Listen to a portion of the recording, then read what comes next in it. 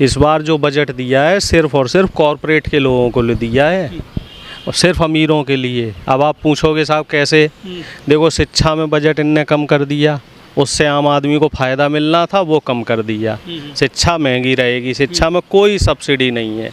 दूसरा, आप आ जाओ हेल्थ में, हेल्थ बजट भी इन्होंने कम कर दिया। पहले ही सरकारी अस्पतालों में दवाएं नहीं है, डॉक्टर नहीं है, ठीक है।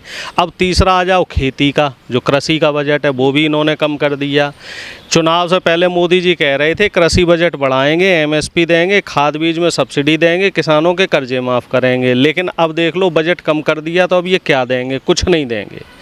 सिर्फ और सिर्फ इन्होंने किसे फ़ायदा दिया है? पूंजीपतियों को। क्योंकि योगी बाबा के ऊपर इन्होंने केशव मौर्य और बैठा दिए थे कि मुख्यमंत्री बदलेंगे, मुख्यमंत्री बदलेंगे। केशव मौर्य आके यहाँ नड्डा जी से मिल गए, अमित शाह जी से मिल गए और ये खबरें चलने लगी कि जो यूपी में हार का ठीकरा है वो योगी जी पे फोड़ के यहाँ योगी बाबा का मामला रफा दफा कर देंगे। अब बाबा खिलाड़ी आदमी है, बाबा ने टोपी घुमा के मोदी जी के ही सर पे रख दी। अब नेम प्लेट वाला जो मामला है, जो मुसलमानों की दुकानों पर नाम लिखे जा रहे थे, वो मामला इतना तूल पकड़ चुका है इस समय कि वो तो सुप्रीम कोर्ट ने बीच में संज्ञान लिया, नहीं तो अब तक तो मोदी जी को जवाब देते नहीं बनता साहब। मोदी जी की हालत ख़राब हो रही थी। नमस्कार, मैं ओमदेव। आज हम हैं दिल्ली में, हमारे साथ हैं डॉक्टर अरुणेश यादव जी। यादव जी, बजट पेश कर दिया गया है मोदी सरकार के द्वारा, क्या खास दिखता है बजट में आपको? बजट में आम आदमी को सिर्फ झुनझुना मिल गया है साहब इस बार। कॉरपोरेट से तो ये टैक्स ले रहे हैं मात्र 25% और हम लोगों से ले रहे हैं 58%। 28% जीएसटी के नाम पे और 30% डायरेक्ट टैक्स जो सैलरी से जाता है। तो इस बार का जो बजट है उसका इंडिया गठबंधन के लोगों ने भी खुल के विरोध किया है। बहन जी ने भी ट्वीट किया है, उन्होंने भी कहा है कि बजट में जो गरीब है, दलित है, जो बहुजन है, उसके लिए कुछ नहीं है। जो छात्रवृत्ति होती है, जो विदेश में जो बहुजन बच्चे पढ़ने जाते हैं तो उनके लिए सहूलियत बढ़ाने की बात करी थी सरकार ने, लेकिन उसमें भी कुछ खास देखने को नहीं मिला। तो एक तरीके से देखा जाए जो सरकारी सुविधाएं हैं उनमें कटौती करने से किसको फ़ायदा होगा? जो प्राइवेट निजी क्षेत्रों में जो लोग काम कर रहे हैं, निजी जो स्कूल हैं, निजी अस्पताल हैं, इन लोगों को फ़ायदा देने की कोशिश जो है वो सरकार द्वारा की जा रही है। सरकारी नौकरियों के लिए अभी इन्होंने कोई 1 महीने से ऊपर हो गया, कहीं कोई सरकारी नौकरी की बात नहीं कर रहे। अग्निवीर में संशोधन की ये बात कर रहे थे और आज कारगिल शहीद दिवस पे मोदी जी के भाषण में मोदी जी खुद ये कह रहे हैं कि सेना के लोगों से हमने परामर्श लिया था और सेना के लोगों ने ही कहा था कि साहब अग्निवीर योजना लगाओ। मतलब यहाँ भी इन्होंने यू टर्न दे दिया। अब बात कर लो साहब बिहार की। बिहार में नीतीश जी को इन्होंने प्रॉमिस किया था विशेष राज्य का दर्जा देंगे, वो भी नहीं दिया। अब आ जाओ आप उत्तर प्रदेश में। उत्तर प्रदेश देश का सबसे बड़ा राज्य है और यहाँ का बजट जो है महाराष्ट्र से भी कम है। महाराष्ट्र का बजट ज़्यादा क्यों कर दिया? क्योंकि महाराष्ट्र में चुनाव है। तो कुल मिला जुला के आप देखो मोदी जी ने और एनडीए की सरकार ने इस बार का बजट ऐसा कर दिया है कि लोगों के हाथ में कुछ भी नहीं है, ना तो निम्न वर्ग के हाथ में, ना मध्यम वर्ग के हाथ में। और ख़ास तौर से जो वेतन भोगी है तो उसको बजट में जो टैक्स रिबेट मिलनी चाहिए थी तो उसमें भी इन्होंने कोई ख़ास इजाफा नहीं किया है। जस की तस है, जो पहले स्लैब था वही स्लैब लगभग अब है। अखबार जो हमने पढ़े थे, जो मीडिया में खबरें आई, उसमें तो इस बजट की भूरी भूरी प्रशंसा की गई है। कह रहे हैं कि सारे जो वर्ग हैं वो खुश हैं, सबको जो है थोड़ा थोड़ा दिया गया है, बेनिफिट मिलेगा सभी को, आम लोगों को। आप तो साहब ज़मीन पर रिपोर्टिंग कर रहे हैं, तो अगर आपको ऐसे कोई 8-10 खुश आदमी मिल गए हों तो हमें भी बता दो। हम तो 4 दिन से लोगों से बातचीत कर रहे हैं, हमें तो ऐसा कोई आदमी नहीं मिला। सिंगल पन्ने भरे पड़े हैं सर प्रशंसा में। पन्ने वो कौन से अखबार हैं? वो अखबार के मालिक कौन हैं? वो अखबार आरएसएस वाले चला रहे हैं, वो अखबार बीजेपी वाले चला रहे हैं। भाई बहुजनों से पूछो ना कि भैया आटे पे सब्सिडी करी क्या, दाल पे सब्सिडी जो दी क्या, जीएसटी अभी भी उस पे 18% है कि नहीं है, और जो कॉपी किताबें हैं, पेन पेंसिल है, उस पे जो जीएसटी लगा रखी थी उसमें कोई सहूलियत दी क्या? दूध के जो जितने भी प्रोडक्ट हैं उनमें कोई सहूलियत दी क्या? सब्जियां अभी भी देखो आप, बरसात का मौसम चल रहा है, इतनी महंगी सब्जी पिछली बार भी थी और इस बार भी है। टमाटर 100 के पार हो गया साहब, आलू 40 रुपये 50 रुपये मिल रहा है। लौकी जैसी सब्जी जो 20 रुपये रहा करती थी वो 60 रुपये 80 रुपये किलो बिक रही है। भिंडी 100 रुपये किलो बिक रही है। सब्जियों के दाम आसमान छू रहे हैं और सरकार इस पे कोई भी ध्यान नहीं दे रही। और विपक्ष सवाल करता है तो कह देते हैं साहब विपक्ष हंगामा कर रहा है, विपक्ष जो है वो सरकार चलाने नहीं दे रहा है। और सारा ध्यान कहाँ लगा रखा है? कावड़ पे। कावड़ डुलवाओ साहब।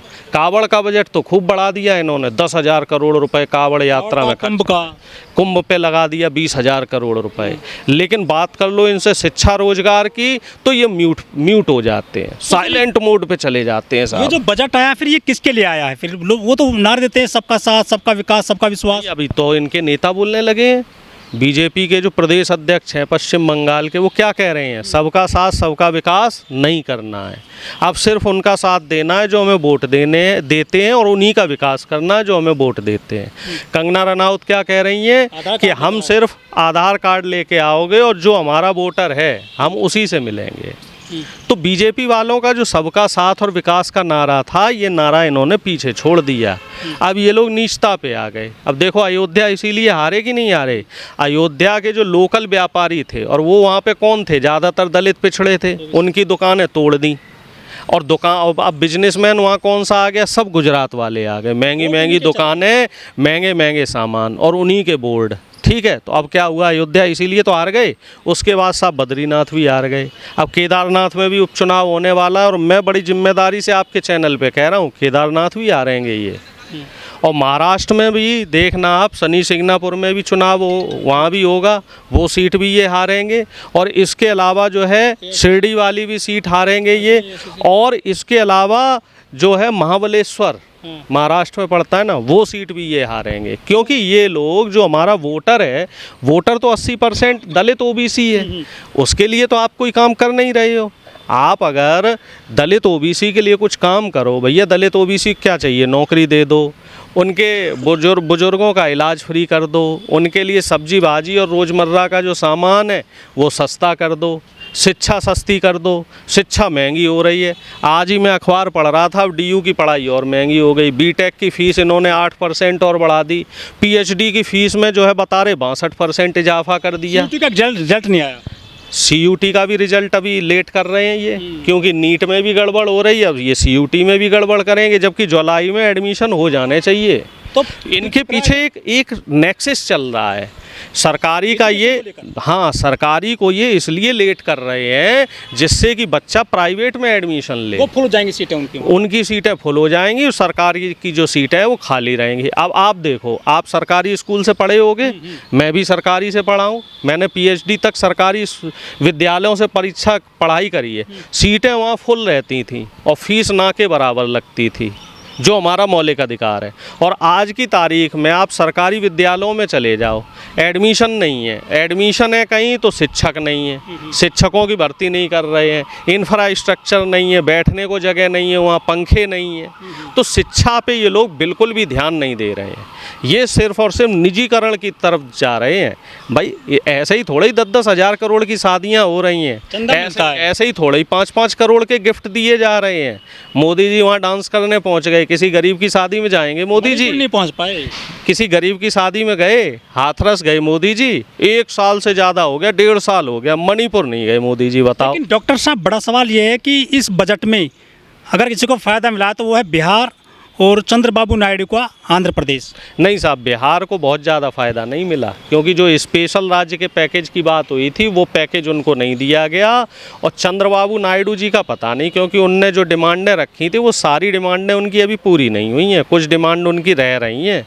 और मुझे लग रहा है कि इस बजट सत्र में बड़ा बम फूटेगा। ये जो सत्र है ये बीजेपी के लिए आसान नहीं रहेगा। अब योगी जी परेशान चल रहे हैं उत्तर प्रदेश में। योगी जी ने तो अपनी टेंशन ट्रांसफ़र कर दी मोदी जी की तरफ। आप कहाँ हो साहब? जो नेम प्लेट वाला मामला चलाया है, जिसमें नीतीश बाबू, चंद्रबाबू नायडू, जयंत चौधरी, ये सब लोग नाराज़ हुए हैं, ये तो NDA में फूट डालने का काम कर दिया है योगी जी ने।